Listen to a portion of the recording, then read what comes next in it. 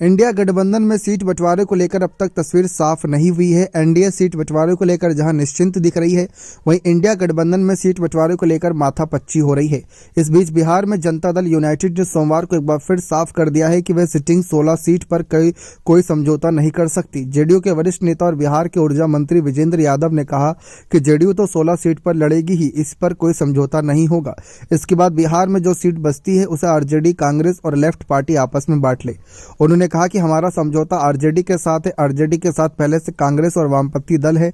ऐसे भी 16 सीट के बाद 24 सीटें बची है जो कम नहीं है। उन सीटों को अन्य पार्टी आपस में बांट ले। इससे पहले कांग्रेस ने रविवार को बिहार में सीट शेयरिंग को लेकर आरजेडी के साथ बैठक की। बिहार में सीट शेयरिंग के फॉर्मूले को लेकर कांग्रेस और आरजेडी के बीच पहली बार बैठक हुई। बैठक खत्म होने के बाद बिहार कांग्रेस अध्यक्ष अखिलेश प्रसाद सिंह ने कहा कि अभी आखिरी फैसला नहीं लिया गया है। उल्लेखनीय है कि कांग्रेस पिछले चुनाव में 9 सीटों पर लड़ी थी, लेकिन मात्र 1 सीट किशनगंज उसके खाते में आई थी। कांग्रेस जिन सीटों पर दूसरे स्थान पर रही वह उसकी ताकतवर सीट है।